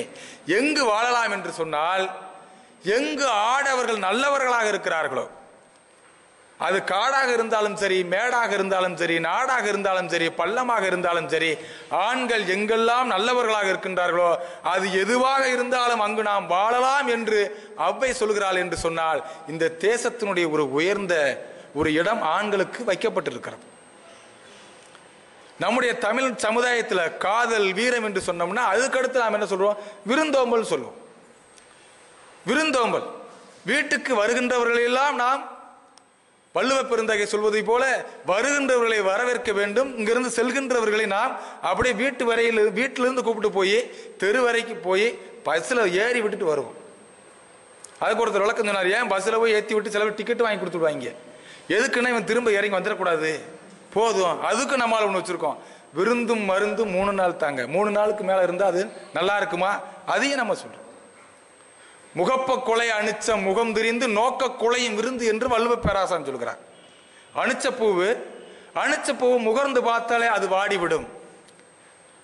ஆனால் நம் வீட்டிற்கு வரக்கூடிய விருந்தினர்களை நம்முடைய பார்வையிலே நாம் வாடச் செய்து விடலாம். எப்படி வர்றேன், ஒருத்தன் வீட்டுக்கு ஒருத்தன் வர்றான்னா இவன் ஏன் வாரேன் அப்படிங்கிற மாதிரி ஒரு பார்வை பார்த்தோம்னா அவன் இருப்பானா? இருக்க மாட்டான். அதைத்தான் விவேக சிந்தாமணி என்ற ஒரு நூல் அற்புதமான ஒரு பாடலிலே சொல்லியது. ஒப்புடன் முகம் மலர்ந்து உபசரித்து உண்மை பேசி உப்பிலா கூலிட்டாலும் உண்பதே அமிர்தமாகும். முப்பழமொடு பால் அன்ன முகம் கடுத்து இடுவாராயின் கப்பிய பசியினுடைய கடும்பசி ஆகும் தானே. நீங்க கிராமங்கள்ல பார்த்தீங்கன்னா இன்றளவுக்கும் கூட விருந்தோம்பல் எங்க சிறப்பா இருக்குன்னா கிராமங்கள் தாங்க. யாருமே தெரியலைன்னாலும் பரவாயில்ல, அந்த காலத்துல ஒவ்வொரு வீட்லயும் பார்த்தீங்கன்னா திண்ணேன்னு ஒண்ணு இருந்துச்சு. திண்ணை எதுக்கு? இன்று இருப்பது போல் விமான பயணம் கிடையாது, தொடர்வண்டி கிடையாது, மகிழ்வுந்து கிடையாது, பேருந்து கிடையாது, எதுவும் கிடையாது. அப்ப நடைவழியாத்தான் எல்லாம் போவாங்க, எங்க போனாலும் நடந்துதான் போகணும். அப்ப நடந்து போறவங்களுக்கு எங்கேயாவது சத்திரம் இருக்கும், சத்திரத்தில் உணவு கிடைக்கும். ஒவ்வொரு வீடுகளும் திண்ணை இருக்கும். இரவு நேரம் அந்த பயணம் செய்பவர்கள் அந்த திண்ணையில படுத்துருவாங்க. அப்படி திண்ணையில படுக்கின்ற பொழுது அந்த வீட்டினுடைய உரிமையாளர் கூப்பிட்டு அவருக்கு உணவு கொடுப்பார். இது நம்முடைய பழக்கம். அவன் யாராக இருந்தாலும் சரி, யாராக இருந்தாலும் உணவு கொடுப்பது நம்முடைய தமிழுடைய பண்பாடு. அப்படிப்பட்ட ஒருவரை நாம் அழைத்து வருகின்ற பொழுது நம்ம வீட்டில் அறுசுவையான உணவு இருக்க வேண்டும் என்று தேவையில்லை. ஒப்புடன் முகம் மலர்ந்து அவனை வரவேற்கின்ற அந்த விதம், வாங்க வாங்க அண்ணாச்சி நல்லா இருக்கீங்களா, சாப்பிட்டீங்களா, சாப்பிட்டீங்களான்னு கூட கேட்க மாட்டாங்க. கிராமத்தில் ஒரு வாய் சோறு நம்ம வீட்டில் சாப்பிட்டு தாங்க போனோம். என்ன நீங்க நாளை போனால் உங்க ஊருக்கு வந்தால் நாங்கள் சாப்பிடணுமா வேணாமா? அப்புறம் வந்ததும் தெரியாது போனதும் தெரியாது, போய்கிட்டே இருப்போம் பார்த்துக்கோங்க. அப்புறம் நாளை போனால் கேவலமாகி போயிடும். என்னாச்சு, என்ன சொல்லுதீங்க? இல்லையா நான் சாப்பிட்டு போறேன். அங்கு அறுசுவை உணவு வைக்க தேவையில்லை. உப்பில்லாத கூளை கொடுத்தாலும் கூட அந்த கூளினை நாம் மகிழ்ச்சியோடு கொடுக்கின்ற பொழுது அதை உண்பவருடைய மனதானது மகிழும். முப்பழமொடு பால் அன்ன முகம் கடுத்து இடுவாராயின் கப்பிய பசியினுடைய கடும்பசி ஆகும் தானே. இவன் ஏன் வந்தேன் அப்படின்னு நினைச்சுக்கிட்டு மா பலா வாழை என்ற முக்கணிகளையும் அங்கிட்ட அப்படியே மீன் பொரியல், இந்த பக்கம் அப்படியே சிக்கன் 65, அடுத்து எது எல்லாம் கிடக்கும், நாட்டுக்கோழி, நிற்பது நடப்பது பறப்பது ஊர்வனை என எல்லாத்தையும் அப்படியே பண்ட பாத்திரத்தில் அடுக்கி வைத்து நான் கொண்டு இந்த தின்னு தொலை என்று நாம் சொல்கிறோம் என்று சொன்னால் அவனுடைய பசி அங்கே அடங்காது. அந்த பசி இன்னும் கொஞ்சம் கூடுதலாக மாறும் என்று சொன்னார். இதுதான் நம்மளுடைய தமிழுடைய விருந்தோம்பல். ஒருத்தர் வர்றாரு வீட்டுக்கு வந்தோன்னு சொல்றாங்க, ஆமா ஆமா நீங்களாம் எங்க வீட்டில் சாப்பிடுவீங்களாக்கும். அவர் பசியில தான் வந்திருக்கிறாரு, கரெக்டா அந்த சாப்பாடு நேரத்துக்கு வந்துட்டார். ஆமா ஆமா நீங்களாம் எங்க வீட்டில் சாப்பிடுவீங்களாக்கும். ஆமா ஆமா நான் சாப்பிட மாட்டேன்னு சொன்னாப்புல நீங்களா விட்டுருவா போறீங்க. உடனே அவர் சொல்றாரு, அவருக்கு நோக்கம் எப்படியா சாப்பிட்டாகணும், சாப்பிட மாட்டேன்னு நீங்கள விடவா போறீங்க. ஆமா ஆமா அப்படியே நீங்க சாப்பிட்டாலும் போகும்போது பிள்ளைய கையில 50-100 வைக்காமலா உயிர போறீங்க. வீட்டுக்காரர் சொல்றார். உடனே அவர் சொல்றார், ஆமா ஆமா அப்படியே நான் 50-100 வச்சாலும் உங்க பிள்ளைய வாங்குற மாதிரியே நீங்க வளர்த்திருக்க போறீங்க. அவர் விடல. உடனே அவர் சொல்றாரு, அப்படியே நான் 50-100 கொடுத்தாலும் உங்க பிள்ளைகளை வாங்கவா போறேன்னு இவர் வீட்டுக்காரர் சொல்றாரு. அப்படியே எங்க பிள்ளைய வாங்கலினாலும் சட்டப்பைக்குள்ள திணிக்காமலா போயிட போறீங்க என்று சொன்னால் அது விருந்து கிடையாது. அது விருந்தாகுமா? ஆகாது. அவ்வை வருகிறாள். ஒருத்தர் பார்க்கிறாரு, அன்னையே நீங்கள் அவ்வைதானே? ஆமாப்பா நான் அவ்வைதான். நீங்கள் ஒருவேளை எங்கள் வீட்டில் அமுதுண்டு செல்ல வேண்டும். அவ்வாறு நீங்கள் எங்கள் வீட்டில் வந்து உணவு உண்டு சென்றீர்கள் என்று சொன்னால் நான் பெரும் பாக்கியம் பெற்றவனாக நான் ஆவேன் என்று அவன் சொன்னபோது, அப்படியா சரி என்று சொல்லி கூப்பிட்டு வரேன். திண்ணையில வந்து தாயே இங்கு நீங்கள் அமருங்கள் என்று சொல்லி வீட்டுக்குள்ள போறேன். வீட்டுக்குள்ள போன அவனுடைய மனைவி அவள் முரத்திலே அரிசியை வைத்து புடைத்துக் கொண்டிருக்கின்றாள். இவன் அங்க போறேன். அப்படியே போய் கொஞ்சம் என்னம்மா எப்படி இருக்க, கொஞ்சம் மகிழ்ச்சியோடு பேசுகிறான். அது முடித்தவுடன், இல்ல இது இருக்கட்டும் ராஜா இருக்கட்டும், அது முடித்தவுடன் அந்த அம்மா தலை சீவ போது, ஐயோ இரு உன்னுடைய பொன்னான கைகள் என்ன ஆகும், நான் தலை சீவி விடுறேன் அப்படின்ட்டு ஈரும் பேருமா இருக்கிறத அப்படி ஈர்க்காளியை வச்சு அப்படியே குத்தி செஞ்சு உடனே அந்த அம்மாவுக்கு ஒரு சந்தேகம் வந்துருச்சு. பக்கி எதுக்கும் அடி போடுது, தேவையில்லாம இருந்தாலும் இப்படி வந்து ஒட்டி உரச மாட்டானே, என்னவே அப்படின்னாக்க, இல்லம்மா ஒரு விருந்து அப்படின்னா. என்ன அது விருந்தா? உனக்கு சோறு போறதே பெரிய விஷயம், நீ விருந்த வேற கூட்டிருக்கியான்னு சொல்லிட்டு அங்கிருந்து ஒரு பழைய முறத்தை எடுத்து விரட்டி இருக்கு. அவன் ஓட ஓட வீட்டுக்குள்ளே விரட்டி திரும்ப அடி தாங்க முடியாம வேகமா ஓடி வந்து கதவை தள்ளிட்டு ஓடி இருக்கான். ஓங்கி எரிஞ்சிச்சு இல்ல, அந்த முறத்தினுடைய நடுப்பகுதியெல்லாம் பிஞ்சு போய் அது ஒரு மாலை மாதிரி அவன் கழுத்துல விழுக ஓடுறான். திண்ணையில் அமர்ந்து அவ்வை பாட்டி எல்லாத்தையும் பார்த்துக்கிட்டே இருக்கிறான். அட பாவிப்பையில சும்மா போனாலும் போயிருந்திருப்பேன், வாதாயி ஒரு வாய் சோறு சாப்பிடணும் என்னை கூப்பிட்டு வந்து இந்த அடி அடிச்சு விட்டாலே, இது இவனுக்கு தேவையா என்று நினைத்து ஒரு பாட்டாக அதை அவ்வை பாடுகிறான். இருந்து முகம் திருத்தி ஈரோடு பேன் வாங்கி விருந்தொன்று வந்ததென்று விளம்ப ஆடினால் பாடினால் பலமுறத்தால் சாடினால் ஓடோடத்தான். போய் முகம் திருத்தி இருந்து முகம் திருத்தி ஈரோடு பேன் வாங்கி விருந்தொன்று வந்ததென்று விளம்ப, வேற ஒன்னும் சொல்ல, ஒரு விருந்து வந்திருக்குன்னு தான் சொன்னேன். அந்த அம்மா ஆடின ஆட்டத்தில் அடிச்சு விரட்டணும்னு போயிட்டான். கொஞ்ச நேரம் கழிச்சு எந்த விஷயத்தையுமே நம்ம ஆற போட்டா சரியாயிரும். எவ்வளவு பெரிய கோபமா இருந்தாலும் அவை சொல்லியிருக்கலே 60 சினம். ஒரு 1/4 மணி நேரம் கழிச்சு வந்தேன். என்னம்மா எத்தனையோ தடவை நான் உன்ட்ட அடி வாங்கியிருக்கேன், அதுக்கெல்லாம் நான் வருத்தப்பட்டதில்லை. ஏன்னா அவன் பேர் அஞ்சா புலி, பேருக்கு ஏற்ற மாதிரி இருந்திருக்கான். எப்போ வரைக்கும்? கல்யாணம் ஆகுற வரைக்கும் அவன் அஞ்சா புலியாக தான் இருந்திருக்கான். கல்யாணம் ஆனவன்னு 5 புலியா மாறிட்டான். மனைவியின் பேர் அபூர்வா, அவன் மேல அவள் அன்பு செலுத்துவதே ரொம்ப அபூர்வமா இருக்கும். திரும்ப வாரேன், காலில் விழுந்து அவங்க அந்த அம்மா எவ்வளவு பெரிய இது தெரியுமா, அந்த அம்மா பாடின உடனே வெட்டப்பட்ட பலாமரமே தடுத்து வந்துச்சுமா. அவங்கெல்லாம் ஒரு வார்த்தை நம்மளை சொன்னா எப்படி நல்லா இருக்கும். சரி சரி போ, இந்த ஒரு தடவை தான் பார்த்துக்கோ, இனிமே இந்த மாதிரி விருந்து மருந்துன்னு வந்த ஒரு நையை புடைச்சிடணுன்னு சரின்னு அவ்வை பாட்டியை தேடி போறேன். அந்த அம்மா ஊரின் எல்லையை கடந்து போய்கிட்டு அந்த நேரத்தில் போய், அன்னையே தயவு செய்து என்னை நீங்கள் மன்னிக்க வேண்டும், பொறுத்தருள வேண்டும், மீண்டும் எங்கள் இல்லத்திற்கு வந்து நீங்கள் உணவு உண்டு செல்ல வேண்டும். ஏப்பா இது எது உனக்கே நல்லா இருக்கா, ஏற்கனவே அடி வாங்கியிருக்க, திரும்பவுமா, வேணாம்ப்பா என்னை விட்டுருப்பா.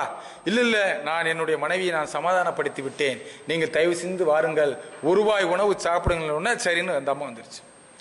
வாழை இலையில சாப்பாடு, அறுவகையான அந்த அறுசுவையான உணவு இருக்கு, பதார்த்தங்கள் இருக்கு, எல்லாமே இருக்கு. சாப்பிடுங்க தாயே என்று அவன் சொல்கின்றான், அஞ்சா புலி. இந்த ஔவையால் எடுத்து சாப்பிட இயலவில்லை. ஏமா அப்படியே பார்த்துக்கிட்டே இருக்கீங்க, சாப்பிடுங்கம்மா. இல்லப்பா நான் சாப்பிடணும் தான் நினைக்கிறேன், ஆனா என்னால முடியல. காண கண் கூசுதே, கையெடுக்க நாணுதே, மானொக்க வாய் திறக்க மாட்டாதே, வீணுக்கு என் என்பெல்லாம் பற்றி எரிகிறதே, ஐயையோ அன்பிலால் இட்ட அமுது என்று பாடுகிறார். காண கண் கூசுதே, சாப்பாடுதான், அதை பார்த்த கண் கூசுது. ஏன்? அவள் அன்போடு நமக்கு இந்த உணவை தரவில்லை. கை எடுக்க நாணுதே, அந்த சோத்தை எடுத்து கை வாய்க்கு கொண்டு வர்றதுக்கு முடியல. மானொக்க வாய் திறக்க மாட்டாதே, இந்த வாய் திறக்க முடியல. வீணுக்கு என் என்பெல்லாம் பற்றி எரிகிறதே, எலும்பெல்லாம் அப்படியே ஒரு மாதிரி வேதனையில துடிக்கிற மாதிரி இருக்கு. ஏன் என்று சொன்னால், அன்பிலால் இட்ட அமுது அவள் அன்போடு கொடுக்கவில்லை, ஏதோ செய்ய வேண்டும் என்று கொடுத்திருக்கிறாள். எனவே இந்த உணவை உன்ன என்னுடைய மனம் ஏற்றுக்கொள்ள மறுக்கிறது என்று சொல்லி அவை மறுத்து விடுகிறார் என்று சொன்னால், விருந்து என்பது நம்முடைய தமிழுடைய பண்பாடு. இந்த விருந்திற்கு என்ன மூல காரணமாக இருக்க வேண்டும்? வள்ளுவர் சொல்வதைப் போல உழுதுண்டு வாழ்வாரே வாழ்வர், மற்றெல்லாம் தொழுதுண்டு பின் செல்பவர் என்று சொல்கிறார் அல்லவா. இந்த உழவு தொழில் நாம் 5 வகையாக நிலங்களை பிரித்தோம். குறிஞ்சி, முல்லை, மருதம், நெய்தல், பாலை என்று. இதுல வானம் பொழிந்தால் மட்டும்தான் இந்த பூமி நிலைக்கும். வள்ளுவன் சொன்னதை போல விசும்பின் துளி வீழின் அல்லால் மற்றாங்கே பசும்புல் தலை காண்பது அரிது. அப்ப மழை பெய்யணும். இயற்கையோடு இணைந்த ஒரு வாழ்க்கை என்பது அந்த காலத்தில் இருந்தது. அதுலதான் மழையை நாம் வரவேற்றோம், இயற்கையை தெய்வமாக வணங்கினோம்.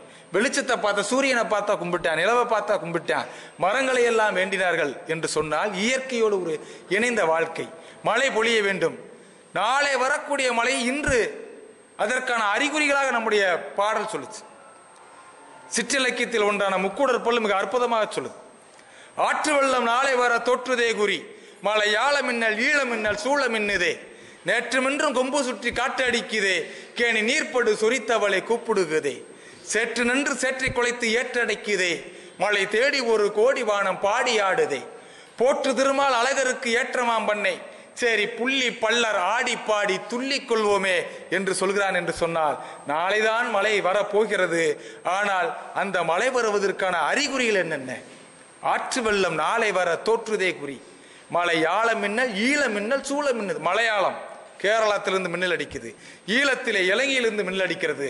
அந்த சேற்றில் இருக்கக்கூடிய நண்டானது இந்த தண்ணீரானது வரப்புக்குள், அந்த வரப்பினுக்குள் உள்ள வீட்டுக்குள்ள வந்துடும் சொல்லி அப்படி அந்த மண்ணை குழைச்சு கொஞ்சம் போல என்ன செய்து நம்ம அடுக்குமாடி கட்டுவதை போல தன்னுடைய தளத்தை கொஞ்சம் உயர்த்துகிறது. மழை தேடி ஒரு கோடி வானம் பாடி ஆடுது. இது எல்லாம் இந்த அறிகுறிகளெல்லாம் வைத்து மருதநல மக்களாகிய அந்த பல்லர் இன மக்கள் நாளை மழை வரப்போகிறது, நான் நம்முடைய நிலங்களை எல்லாம் சரிப்படுத்துவோம் என்று துள்ளிக் கொள்கிறார்கள் என்று சொன்னால், இயற்கையோடு இணைந்த வாழ்க்கையில் இயற்கையை பற்றி பார். நான் 1வது படிக்கும்போது ஒரு பாடல் இருந்தது. உங்களில் பல பேருக்கு அதுக்கடுத்து அந்த பாடல் இருந்ததை எனக்கு நினைவில் இல்லை. வானத்திலே திருவிழா, வழக்கமான ஒரு விழா, இடிடிக்கும் மேளங்கள், இறங்கி வரும் தாளங்கள், மின்னலொரு நாட்டியம், மேடைவான மண்டபம், பார் முழுது மீட்டிலே, பறவை கூட கூட்டிலே என்று சொல்லி அந்த ஒரு பாடல்ல ஒரு மழை பொழிந்தால் என்னெல்லாம் நடக்கும், எப்படியெல்லாம் மாறும் என்று சொன்ன ஒரு பாடல். ஆக இயற்கையோடு இணைந்த ஒரு வாழ்க்கை. இந்த சங்க இலக்கியங்கள் எல்லாம் ஒவ்வொரு இதையும் நாம சொல்றோம். ஒரு திருமணமா அது ஒண்ணு, மனிதனுடைய நிலையா அது ஒண்ணு.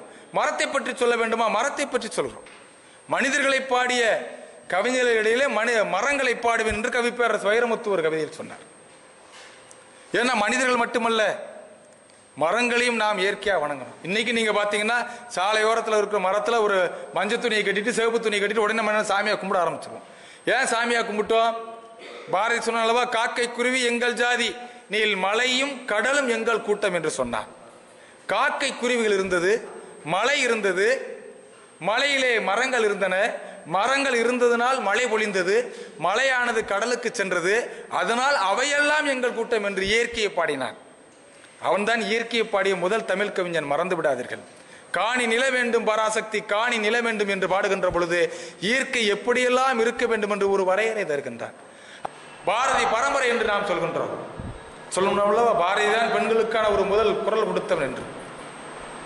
அவனுடைய ஆதங்கம், கோபம் மிக நியாயமானதாக இருக்கும். அவனெல்லாம் கற்பை விட்டு தவறு செய்தால் அங்கே ஒரு பெண்மையும் கற்பிழந்திடாதோ, நான் அற்ற வார்த்தை என்றோ நலமான வீட்டை சுட்டால் கூரையும் தான் எரிந்திடாதோ, பேணும் ஒரு காதலினை வேண்டி என்றோ பெண்மக்கள் கற்பு நிலை வருகின்றார், காணுகின்ற காட்சியெல்லாம் மறைத்து வைத்து கற்பு கற்பு என்று உலகோர் கதைக்கின்றாரே என்று ஒரு இடத்திலே பாரதி பாடுகின்றார். ஆனெல்லாம் கற்பை விட்டு தவறு செய்தால் அங்கே ஒரு பெண்மையும் கற்பிழந்திடாதோ, நான் அற்ற வார்த்தை என்றோ நலமான வீட்டை சுற்றால் கூரையும் தான் எரிந்திடாதோ, பேணும் ஒரு காதலினை வேண்டி என்றோ பெண்மக்கள் கற்பு நிலை வருகின்றார், காணுகின்ற காட்சியெல்லாம் மறைத்து வைத்து உலகோர் கற்பு கற்பு என்று கதைக்கின்றாரே என்று பாடுகின்றார். நீங்கள் பெண்களை அடிமைப்படுத்திக் கொண்டிருக்கின்றீர்கள். ஒரு பெண் கற்பிழந்து விட்டாள் என்று சொன்னால் ஒரு ஆண் தான் அதற்கு காரணம் என்று சொல்லி ஒரு புதிய பார்வையிலே அவன் தன்னுடைய கருத்தினை சொல்கின்றான். அவனுக்கு பின்பாக வந்த, அவனுடைய தொடர்ச்சியாக வந்த அவனுடைய சீடன் பாவேந்தன் பாரதிதாசன் இந்த கவிதை குறித்து ஒரு அற்புதமான ஒரு பார்வையினை வைக்கின்றார். நீங்கள் புரட்சி கவி என்று ஒரு பாவேந்தனுக்கு அடையாளமே புரட்சி கவி, புரட்சி கவிஞர் என்று சொல்கின்றோம். பில்கணியம் என்ற வடமொழியில் எழுதப்பட்ட ஒரு நூலினை தெளிவித்தான் அவன் புரட்சி கவியினை படைக்கின்றான். ஏன் கவிதை, எதற்காக கவிதை? நம்முடைய அனிதா அம்மா அவர்கள் சொல்லாங்க, ஐயா நீங்க ஒரு கவியரங்கத்திற்கான ஒரு ஏற்பாடு, ஒரு கவிதை எப்படி எழுத வேண்டும் என்று சொல்ல வேண்டும். உள்ளத்துள்ளது கவிதை, உண்மை உருவெடுப்பது கவிதை, தெல்ல தெளிந்த தமிழில் அதனை தெளித்துரைப்பது கவிதை. உள்ளத்திலிருந்து வரணும். நாம் பயிற்சி பட்டறைகள் என்றால் சொல்கின்றோம். ஓரளவு நாம் எழுத வேண்டும், இயற்கையை ரசித்து பார்க்க வேண்டும் என்ற ஒரு கண்ணோட்டம் இருந்தாலே நம்முடைய இதில் வந்துடும். மன்னன் மகள், அவளுக்கு கவிதை எழுதுவதற்கான இலக்கணத்தை கற்றுக் கொடுக்க வேண்டும். அதற்கு யாராவது ஒருவர் இருக்கிறாரா என்று அரசன் தன்னுடைய அமைச்சரிடத்திலே கேட்கின்றான். அதற்கு ஒருவன் இருக்கின்றான். ஆனால் அவன் இளம் வயதை உடையவன், அழகானவன். இந்த இருவரிடம் அரசன் மகளே அவனிடம் கற்க விடலாமா? அப்படி கற்றால் நாளை பழி வந்து சேர்ந்தாலும் சேருமே, என்ன செய்வது என்று சொல்லி அவன் அதற்கு ஒரு உபாயத்தையும் கூறுகிறான். இப்படி செய்தால் நன்றாக இருக்கும் என்று சொன்னவுடன், ஓ நல்ல அருமையான ஒரு ஆலோசனை, இப்படியே செய்யலாம் என்று சொல்கின்றார். இந்த கவிதை நீங்கள் எழுத வேண்டும் என்று சொன்னால், நீங்களும் ஒரு படைப்பாளியாக மாற வேண்டும் என்று சொன்னால், அந்த புரட்சி கவிஞனுடைய அந்த பாடல், பாரதிதாசனுடைய அந்த பல இயற்கை வர்ணனை, இயற்கையை ரசிக்கின்ற ஒரு மனப்பான்மை நமக்கு வேண்டும். ஒரு பார்வை என்பது ஒவ்வொரு இடத்திலும் ஒவ்வொரு விதமாக இருக்கும். ஒரு பெண்மணி சொன்னார், ஓ பால்காரரே, நீர் பரிசுத்தமானவர் தான், அதற்காக கறந்த வாளை கூடவா கழுவி கொண்டு வர வேண்டும்?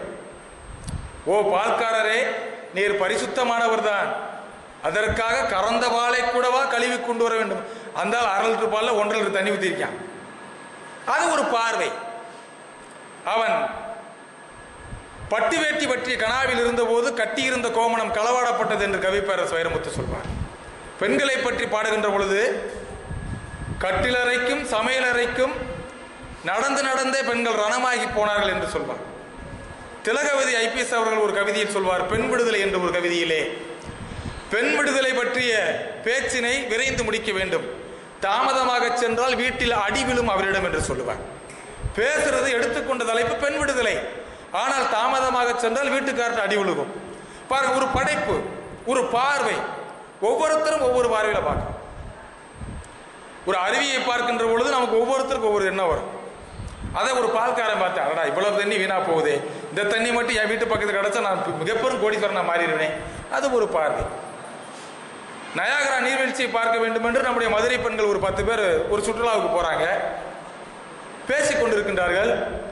அங்குள்ள அந்த சுற்றுலா வழிகாட்டியாக இருக்கக்கூடியவர், இந்த வீழ்ச்சி இருக்கிறதே நீர்வீழ்ச்சி, ஒரே நேரத்தில் 10 போர் விமானங்கள் ஒன்று போல் கிளம்பி சென்றால் எப்படி இரைச்சல் சத்தம் வருமோ அதை போன்ற சத்தத்தை இந்த நீர்வீழ்ச்சியினுடைய சத்தம் கொடுக்கும். நீங்கள் நன்றாக உற்று கேட்டு பாருங்கள்.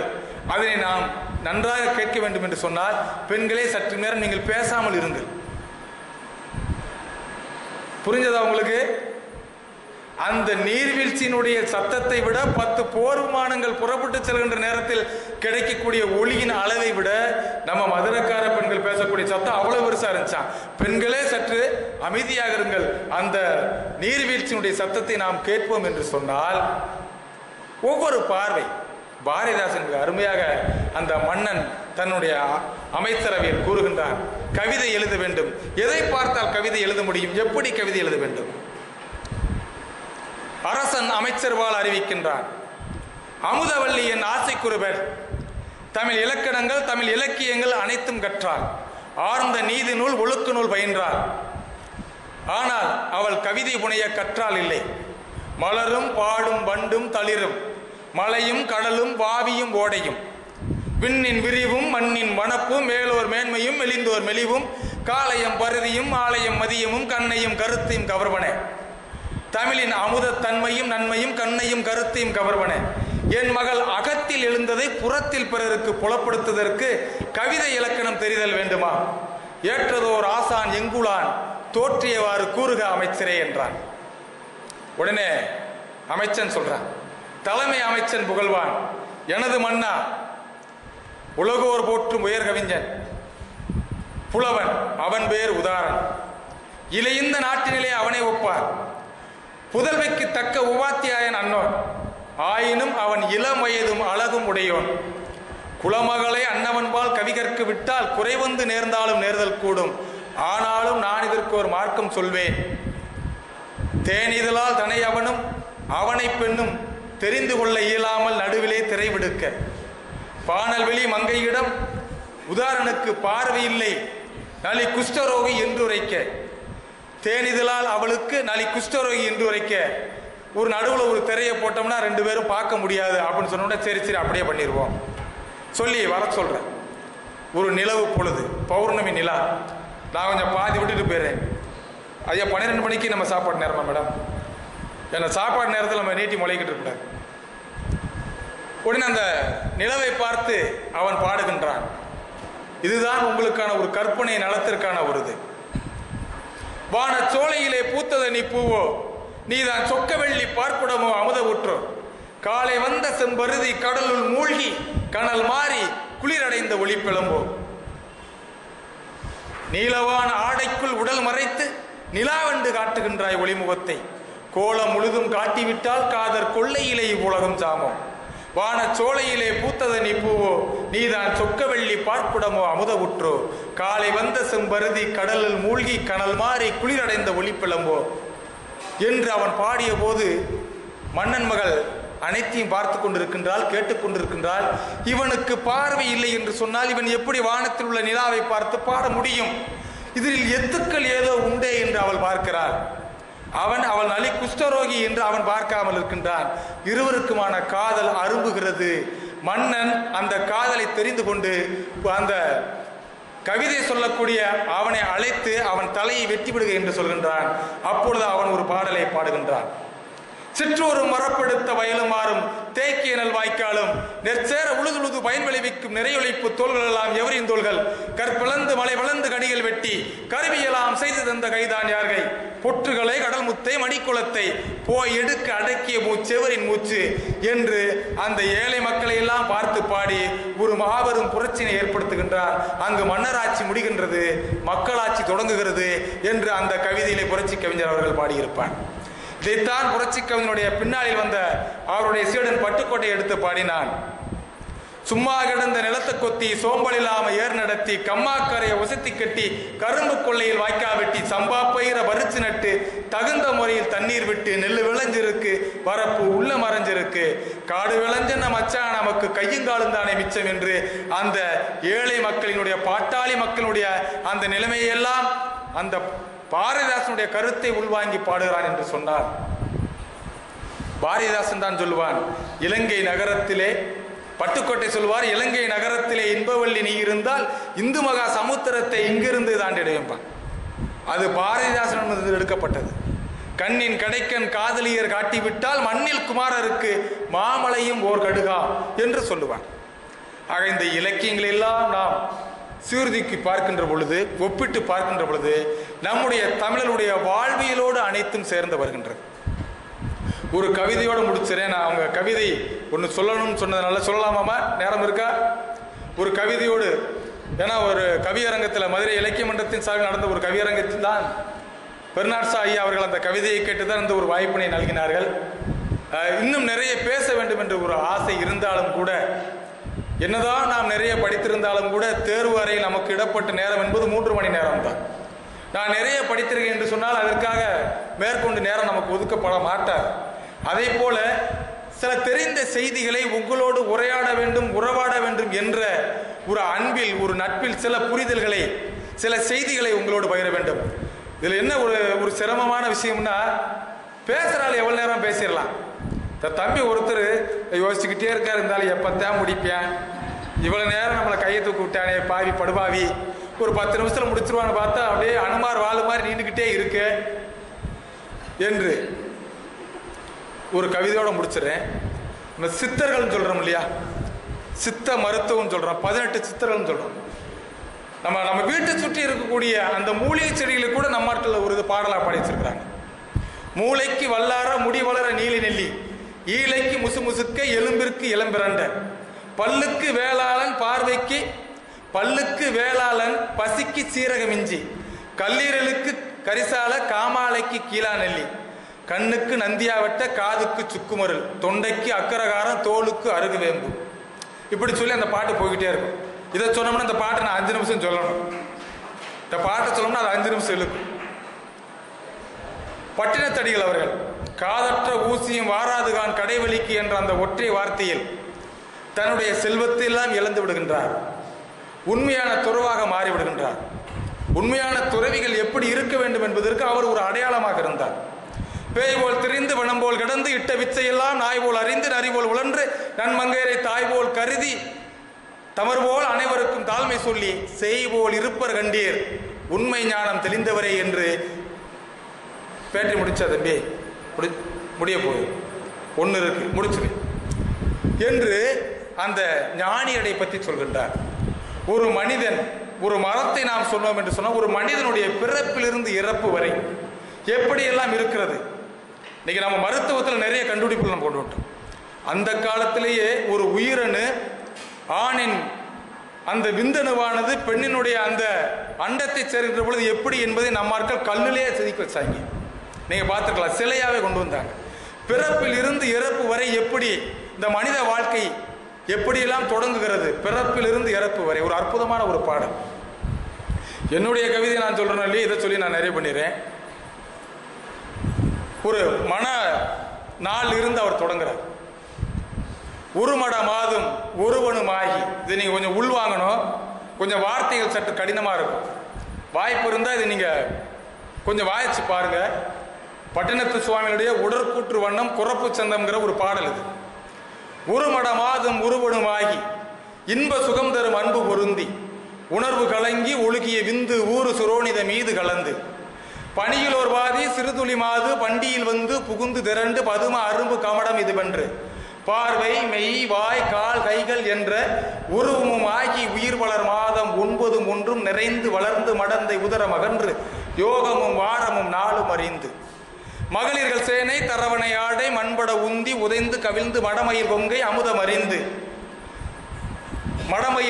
அமுதம் அறிந்து ஒளிநகை முறுவல் இதழ் மடவாரும் உவந்து மகிழ்ந்திட தவந்து மடியில் இருந்து மழலை பொழிந்து வா இரு போ என நாமம் விளம்ப உடைமணி ஆடை அரைவடமாட உண்பவர் தின்பவர் தங்களோடு உண்டு தெருவில் இருந்து புழுதி அலைந்து தேடிய பாலரோடு ஓடி நடந்து 5 வயதாகி விளையாடியே உயர்தரு ஞான குரு உபதேசம் முத்தமிழின் கலையும் கரை கண்டு வளர்பிறை என்று வளரும் விளம்ப வாழ் 16 பிராயமும் வந்து வாழ் 16 பிராயம் உங்களை போன்ற கல்லூரி பருவம் வாழ் 16 பிராயமும் வந்து மயிர்முடி கோதி 60 நாளே வந்திமிர் தந்தொடை கொண்டை புனைந்து மணிபொன் இலங்கும் பணிகள் அணிந்து மாதகர் போகதர் கூடி வணங்க மதன சொருவன் இவன் என மோக மங்கையர் கண்டு மருண்டு திரண்டு வரிவிழி கொண்டு சுழியை எறிந்து மாமலர் போல் அவர் போவது கண்டு மனது புறாது அவர் பிறகோடி மங்கள சிந்தைகள்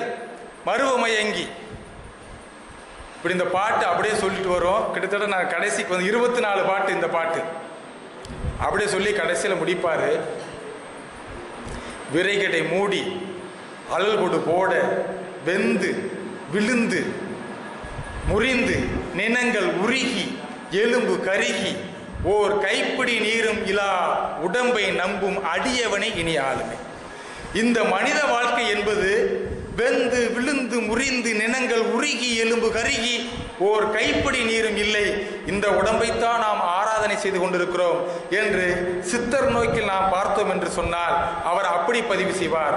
ஆனால் திருமூலரோ உடம்பார் அழியின் உயிரார் அழிவர் திடம்பட மெய்ஞானம் சேரவும் மாட்டார், உடம்பை வளர்க்கும் உபாயம் அறிந்தே உடம்பை வளர்த்தேன் உயிர் வளர்த்தேனே என்று அவர் தன்னுடைய கருத்தை பதிவு செய்கிறார். நல்லதொரு வாய்ப்பில் நம்முடைய 3 எழுத்தில் என் மூச்சிருக்கும் என்பதை போல SVN என்ற இந்த 3 எழுத்தில் இன்று உங்களோடு என்னுடைய மூச்சினை உங்களோடு உரையாடி உறவாடி நல்லதொரு வாய்ப்பினை நல்கிய எங்களுடைய பேராசிரியர் பெருந்தகை ஐயா பெர்னாட்சா அவர்களுக்கும் துறை தலைவர் மதிப்புமிகு பெரியசாமி ஐயா அவர்களுக்கும் மதிப்பிற்குரிய அனிதா அம்மா உள்ளிட்ட அனைத்து அகற்றி அறிவொளி வாசக்கூடிய ஆசிரியர் பெருமக்களுக்கும் வருங்கால இந்தியாவின் பலமான எதிர்காலத்தை உருவாக்கக்கூடிய என்னுடைய தம்பி தங்கைகளுக்கும் இந்த இனிய நேரத்திலே நன்றி பாராட்டி, வாய்ப்பு கிடைத்தால் வாய்ப்பு கிட்டும் என்று சொன்னால் மீண்டும் உங்களுடைய செவியின் கதவை என் உரை தட்டும் என்று சொல்லி நன்றி பாராட்டி விடைபெறுகிறேன். நன்றி, வணக்கம். அனைவருக்கும் வணக்கம். நாடார் மகாஜனம் சங்கம் சா வெள்ளச்சாமி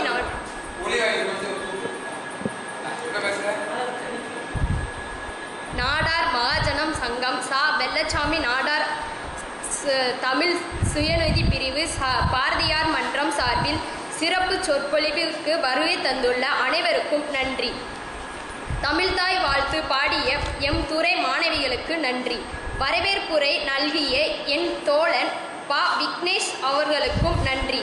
தலைமை உரை ஆற்றிய முதல்வர் ஏ ஜவஹர்லால் அவர்களுக்கும் நன்றி. வாழ்த்துரை அளித்த முனைவர் மா பெரியசாமி ஐயா அவர்களுக்கும் நன்றி. சிறப்பு சொற்பொழிவிற்கு தமிழ் வாழ்வு இலக்கியமும் கவிதை எழுதவும் கவிதை படிக்கவும் சிறப்பாக சிறப்பு சொற்பொழிவிற்கு ஆற்றிய மு மகேந்திர பாபு ஐயா அவர்களுக்கும் நன்றி. தொகுப்புரை நல்கிய என் சகோதரன் மா பகவதிராஜன் ஐயா அவர்களுக்கும் நன்றி.